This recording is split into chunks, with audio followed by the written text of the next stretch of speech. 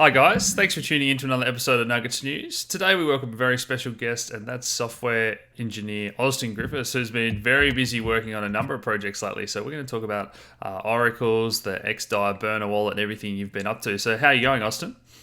Oh, it's going great. Thanks for having me. No worries. The first thing I did want to talk about was oracles. And for people that don't know what they are, that's the way that we're trying to get all that information from the real world into the blockchain world, into the digital world. So, how would you describe oracles to someone and why are they important? So yeah, exactly. It's getting that outside information in. I think the best way to explain it is to first talk about how smart contracts are very deterministic. Basically, everyone has the same smart contract, and the smart contract runs exactly the same for everyone and gets the same result for everyone. Well, that's really hard for, kind of human information, like what's the temperature in Iowa right now. It's hard to know what the exact temperature is, and in fact, it's different and varying. So if smart contracts tried to get together and come up with that answer, some sort of consensus would have to be reached, and it would be a great big mess. And that's kind of why we have an oracle or a set of decentralized oracles that can kind of come together and come up with what their best idea of the temperature of Iowa is. So then it can be used exactly the same in every contract as like it's exactly 51 degrees right now in Iowa, right? And we could have insurance and all sorts of smart contracts that could trigger off of that logic. Yeah, so what are some of the current research approaches and some of the other alternatives? As you say, I think that temperature example is great. Who gets to decide if it's 51 or 52? Yeah, can we even have those sort of bets? And we're going to talk about Augur and that later on as well. Right, exactly. So you sort of you bring up Augur. It's a good example. Like we basically have to have some sort of game theory or some kind of consensus mechanism that brings together a bunch of answers and sort of rewards the good actors and punishes the bad actors. Or you could just have a centralized solution like Oracleize that just like gives you the temperature that they read from a couple websites. Yeah. But I think that for it to fit the ethos of decentralization, we need probably a very heady, very complex system that is kind of out of my pay grade. That would sort of come together and find a consensus off chain that could bring in an on chain consensus that is the caliber of smart contract decentralization. So you've just described a couple of interesting ones there for people at home. Augur have gone for the wisdom of the crowd and relying on everyone being fairly honest to report the answer. Then we have something that's pretty centralized, getting its data from one or two sources. And then Chainlink is one of the newer ones, having what they're calling middleware, where people have got to decide what the information is before they enter it into a blockchain.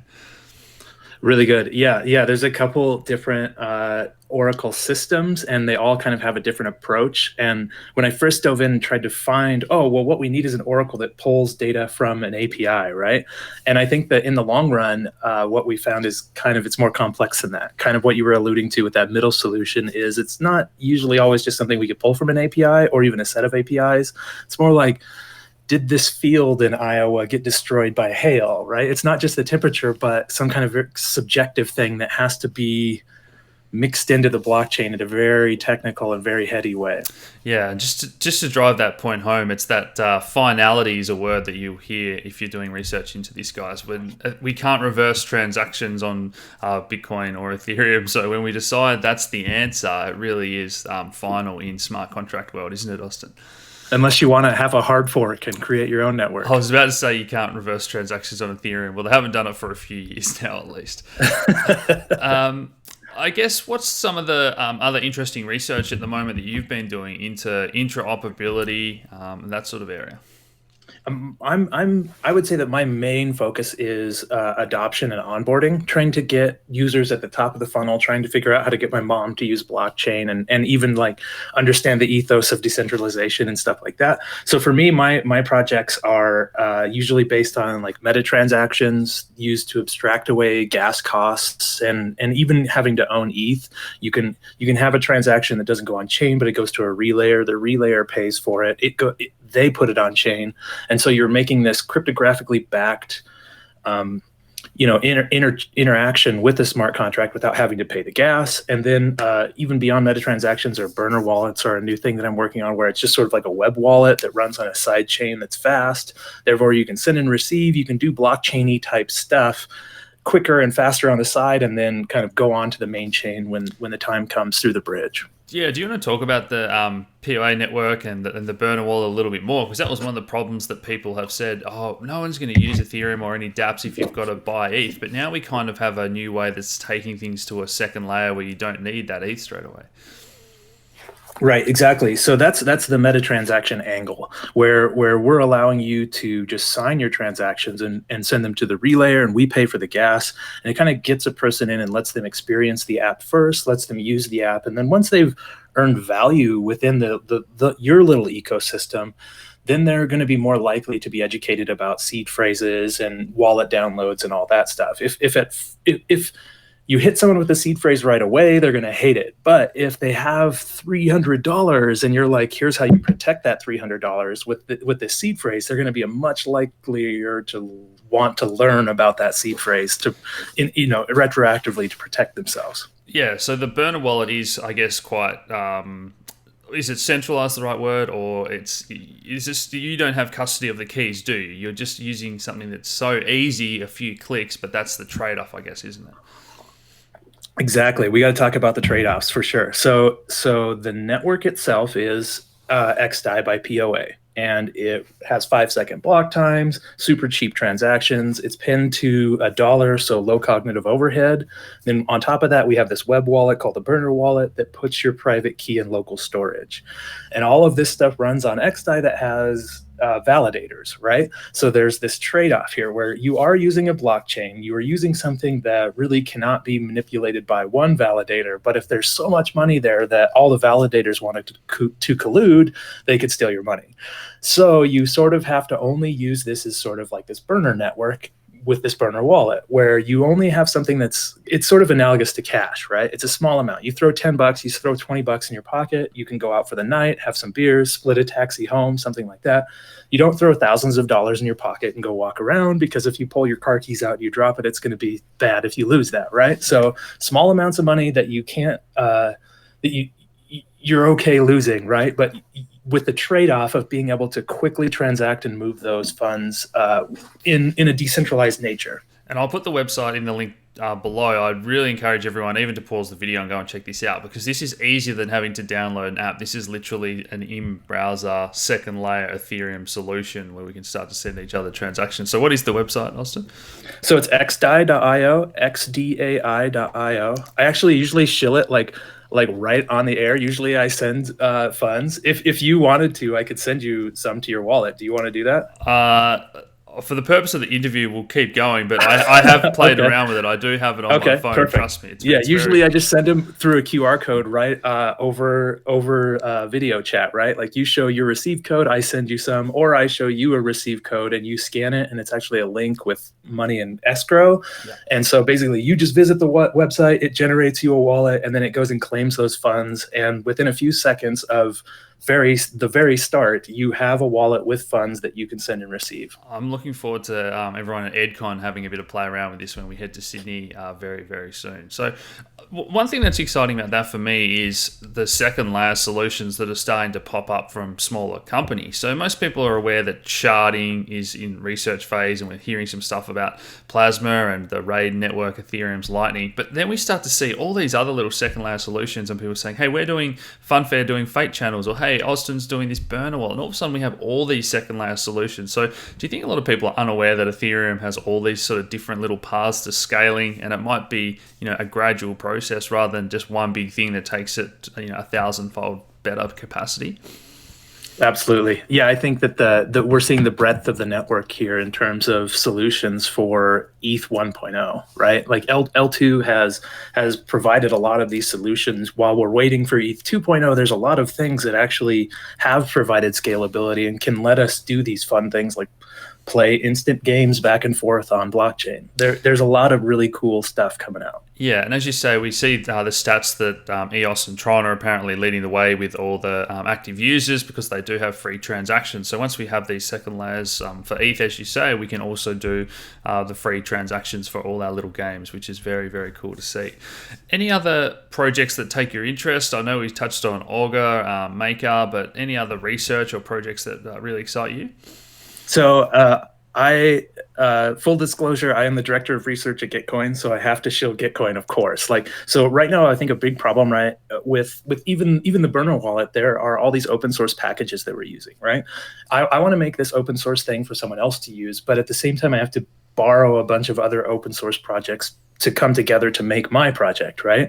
The problem is if someone gets hit by a bus, they stop supporting that thing or they just get tired of it, right? So open source sustainability is a really big issue right now, and I think Gitcoin is doing a great job to tackle it. So Gitcoin is like a bounty platform where you can get on and get paid to fulfill or put up bounties to help with your repo, get help working on your repo. And they also have grants, so they're trying to help sustain projects within the ecosystem. But I think the overlying goal is just open source sustainability. How do we solve that? How do we get all these developers that are working for peanuts, building really cool things, kind of motivated and taken care of to keep doing those great things? Yeah, I guess that's a double-edged sword. We hear these numbers about how many people, 250,000, are now familiar with Solidity or whatnot, versus some of these smaller projects which are a year or 2 years in, they've got $1 billion and they still haven't built good hardware wallet support.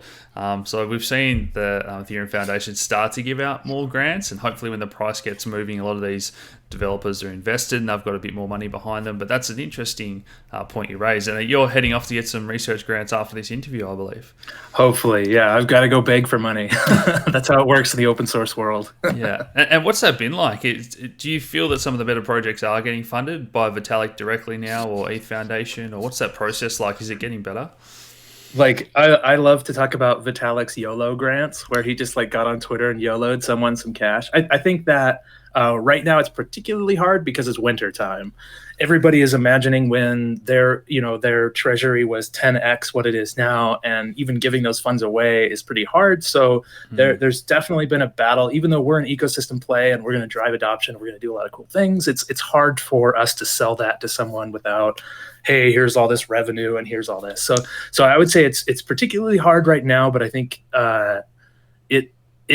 we're ready for spring. I'll put it that way. Yeah, I think I looked at the Ethereum Foundation balance the other day, around $90 million. And if you think about breaking that up to make sure they survive over the next 5 years, it looks a lot healthier if Ethereum goes back up 10x and they've got $1 billion to help everyone survive. So let's hope prices get moving. And as of last night, Bitcoin went up $1,000. There was a big burst, wasn't there? That was exciting to see everyone come back to life. Any thoughts on Ethereum 2.0? So you touched on something interesting, that Ethereum 1.x, they're calling it, is all these little improvements to make sure the Ethereum chain is really good to work on and still functions until we make this full switch over to proof of stake and all these other improvements. So do you have any thoughts on Ethereum 2.0? Well, I mean, I love the idea of it. I just don't. It's way over my head. Like, when we start talking about cross-shard communication, it's something that I'm going to have to learn as an app developer, which makes like that barrier to entry for app developers even higher. But I think the idea of it is great, and I think that there are very smart people working on it. It's just way beyond me in terms of actually critically coming up with something that is helpful in terms of ETH 2.0. I'm going to stick to 1.0 and layer 2 solutions and usability and onboarding. Do you think that shows how bleeding edge some of this research is? And when we see a smaller blockchain that says we're doing 1 million transactions per second with sharding, it's kind of like everyone's working on this problem for Ethereum. Like, if it's that easy, you can't just solve it, sort of thing. And I get very skeptical when I hear we're doing 1 million transactions per second and we're sharding and stuff like that. Right, exactly. Yeah, I think so. Awesome. I agree. Any final thoughts for everyone at home, Austin? I'll get them to follow you on Twitter and put all the links in the description below. But it's been a great chat, and I love chatting with the guys on the front lines. Yeah, I think it's all about adoption and onboarding. I think that we need to start at the top of the funnel and figure out how to make something very, very approachable. And then as people use it and get that kind of that spark, that those goosebumps you get when you send a transaction, even if it's from the command line, it's so exciting to make that first transaction and see money move and understand what's going on with all the miners. And I think that if we make it really easy for people to use that and go back and forth with that, and then make it easier for developers to build cool, engaging apps, I think that we're going to slowly shift everybody into our little ecosystem, and things will blow up. Would you say that Ethereum hasn't been great at the past at building out, the user interfaces, user experience, and that sort of thing? They've been very, very technically focused. Even now, I think that you will hear that Ethereum isn't ready for that. So what they're building is really, really cool stuff. And I think that it's an exciting place for me to be because I can help kind of guide users into these really cool applications, right? Like a Gnosis Safe is so awesome. And the smart contracts are just gorgeous. But there aren't enough people using it right now. And I think at the top of the funnel, if we can stick a Gnosis Safe right in a burner wallet, and you've got that burner wallet that you just pulled up and you have it, now you have funds, one button, oh, now you have a Gnosis Safe. You scan your laptop, oh, now it's an M of N signer. Like this technology is so cool. There just aren't a lot of people using it right now. And I think that there's a great opportunity now to start driving people into these cool pieces of technology. And we're starting to see it. I saw Veil for Augur pop up on Twitter as two buttons the other day to make a bet. So we're starting to get those user interfaces. So thanks so much for joining us today, mate. Very exciting. I thoroughly enjoyed it. Alex, thanks for having me, man. It was great. Thanks, guys.